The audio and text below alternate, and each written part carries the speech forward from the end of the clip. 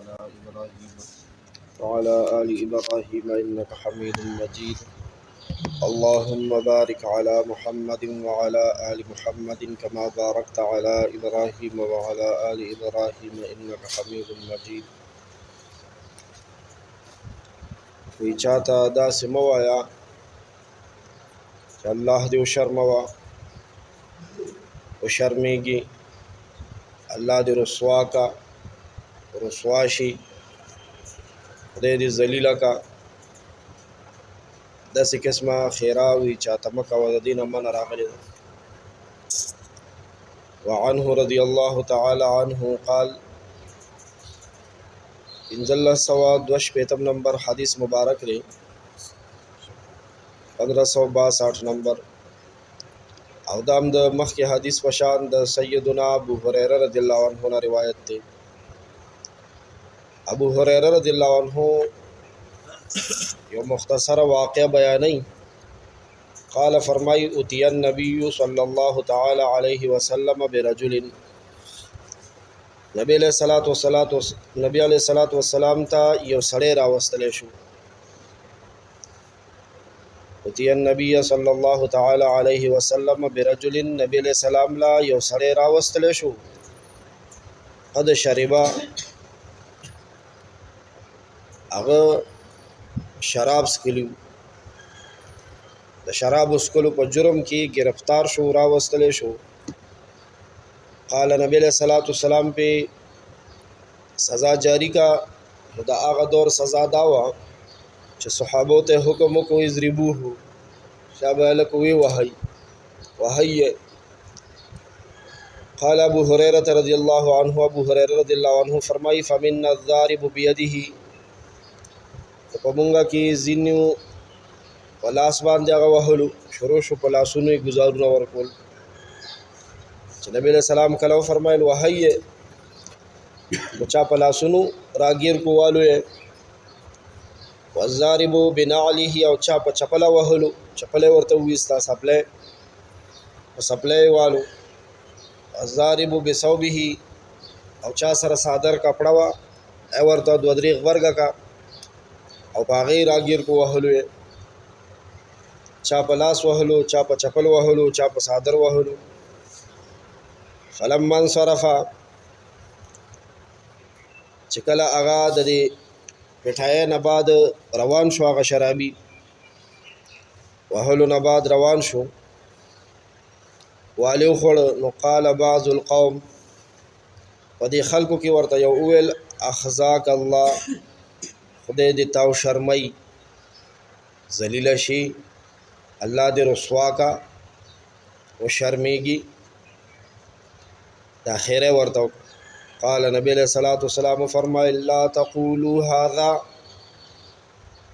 دا سی چاته مو وایي چې الله دې رسوا کا، الله دې شرموه، الله دې ذلیله کا. د شرمندګۍ او د رسوایۍ او د ذلت خیری چاته مه کوئ. نبی علیہ الصلوۃ والسلام مونږ او تاسو د دې نه منع کړي یو،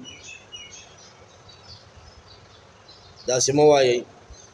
او دویمه خبره فرمایله لا تعینوا علیه الشیطان، د ده خلاف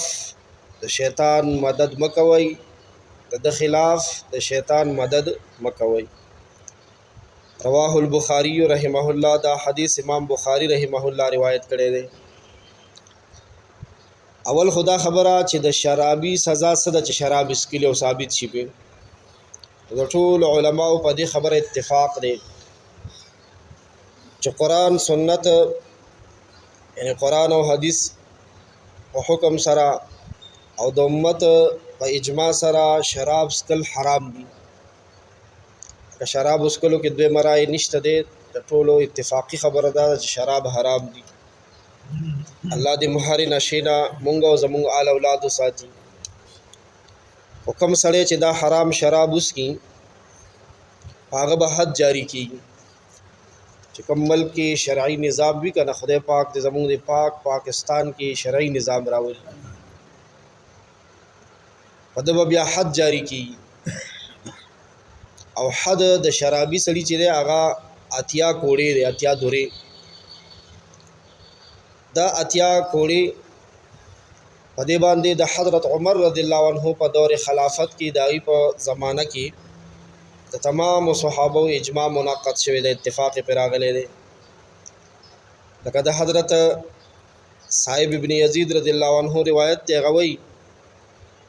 د نبی کریم صلی الله علیه وسلم په مبارک زمانہ کې د ابوبکر صدیق رضی الله عنه د خلافت په زمانہ کې او د حضرت عمر رضی الله عنه د خلافت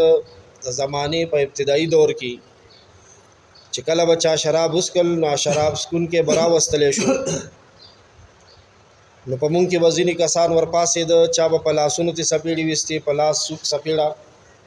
چا په چپلو کېړو باندې چا په ساترو راګیر کو داغې نه به ورته کوړې جوړې کی ډبلې به ورته جوړه کو پیټای به ولاو کا چې کله د حضرت عمر رضی الله عنه د خلافت اخرنه دور دی نو د شرابي د پاره د حضرت عمر رضی الله عنه په دور کې سلويخ کوړي سزا مقرر شو ای وجه دا وا چې د شراب سکون کو په تعداد کې ورځ په ورځ اضافه کې د سرکشي سیوا کېده لکه ورته پته وو چې ټنګ نیم بس مشروع په دی خو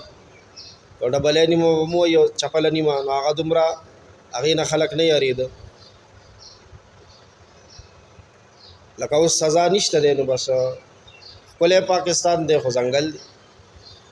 او کله شریعت د نظام نو ملي کنه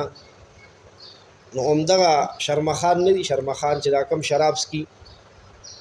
اغي وای کدا مونږه شرعي نظام د پاره کوشش وکړو خو بیا په مونږ شراب بندي بیا به زمون خزي په گاډو کې نشي ګرځي د برکا په سره او بیا خو مونږه لوټ مار نشو کولای خیانت خو نشو کولای بیا خو املاس کټ کیږي غټ رکاوټ دی کدی خدای پاک یو طرف ته کی او شرعي نظام الله پاک را ولې د سکون معاشره بشي خیر به هر حال د حضرت عمر رضی الله عنه چې کله ورته سوچ کو چې د شرابیانو د تعداد خو سیوا کیږي سرکشي زیاتیږي حضرت عمر رضی الله عنه اتیا کوړي سزا ورله متعین کا مقرر صحابه موجود دي ټول په اتفاق وکړو صحابه چې په خبر اتفاق وکړي هي د اجماع او اجماع داسې قسمه فیصله نه رسو کېدل دا گمراهی ده د اجماعي مسلې نه رسو کېدل هغه د شرب خمر حد او سزا وي او که شل رکعات تراوی وي او که د جمعې دوه اذان وي و نور مسائل دي چې اجماع د صحابه په مناقض شي نو دا مسلمانانو د پاره د دې پیروي لازمه د قرآن مجید ویلي دي نبی علیہ الصلوۃ والسلام فرمایلی دي او د دینه روګردانی کول دا فسق د کبیره ګناه ده او دا بدعت ته یاد ساتي د بدعت په تعریف کې یو دا خبره ده چې کوم خبره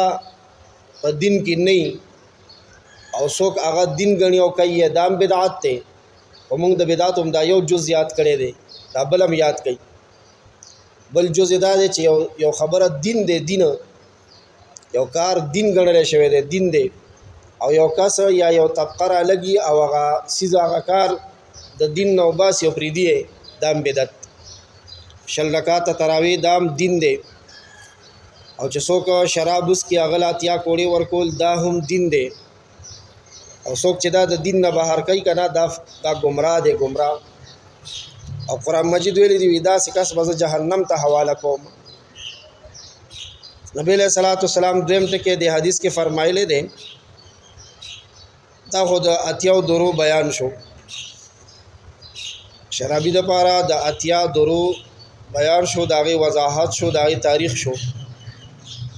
نبی علیہ السلام فرمایل چې ایو کس ورته کنځلیو کې کنه خدای پاک د تاو او شرمای وي او شرمېږي ذلیل شي رسوا شي نو نبی علیہ الصلوۃ والسلام د داسې خیرې نه منو فرمایله او چاته د داسې خیرې نه منو فرمایله شرابی ته نو عام سم انسان ته خدا خیرې کول اسې به منی بیا سر کې به منی نبی علیہ السلام فرمایل لا تعینوا علیه الشیطان د په خلاف باندې د شیطان مدد مکوئ د دې جملې مطلب دا خودلې دی چې کله یو سړی چاته بد دعا کوي خیره ورته کوي او ورته وایي چې الله تعالی دې تا ذلیل او رسوا کې الله دې تاو شرمای د دې خیرو نه بعد کدا خیره په هغه سړی ولګي دي او شرمندګي څه خبري چې چاته دا خیری کړی چې خدای دیو شرمې وی شیطان په هغه باندې قابو بیا مومي، شیطان ته په هغه باندې تسلط حاصل شي، غلبه قابو پې بیا مومي. څنګه مونږ او تاسو یو زورور سړی تکړه سړی په سایکل ناست یا موټر سایکل ناست او قابو کړی وي، خو چې کوم خوا وله غوږ تاوي یا خوازي، د دې خیرونه بعد په دغه سړي باندې شیطان قابو بیا مومي. شیطان خوښه ده چې کوم خوی بوزي، یعنی د شیطان په لاس کې دی یو کیلو نشي، بیا شیطان په لاس کې دی مردکی شي او بلوري شي چې کوم خوی ولي راولي. او د دې بد دعا د وجې نه دی بیا په ګناهونو کلک شي. رسوایي او شرمندګي خو ګناهونو باندې کلکېدل دی، چې ګناهونو کلک شي نو بیا د الله تعالی د غضب مستحق شي، الله ورته په قهر شي. نو گویا د دې بد دعا د دې خیرو د وجې نه چې مونږ ورته خیریو کې چې خدای دې وشرموه، شیطان سره مونږ ملاتړ جوړ شو، شیطان سره مدد وکړو چې دی راو پرځوه. نبی علیہ الصلوۃ والسلام فرمایل د په خلاف د شیطان مددگار مه جوړېږئ. یا ارحم الراحمین.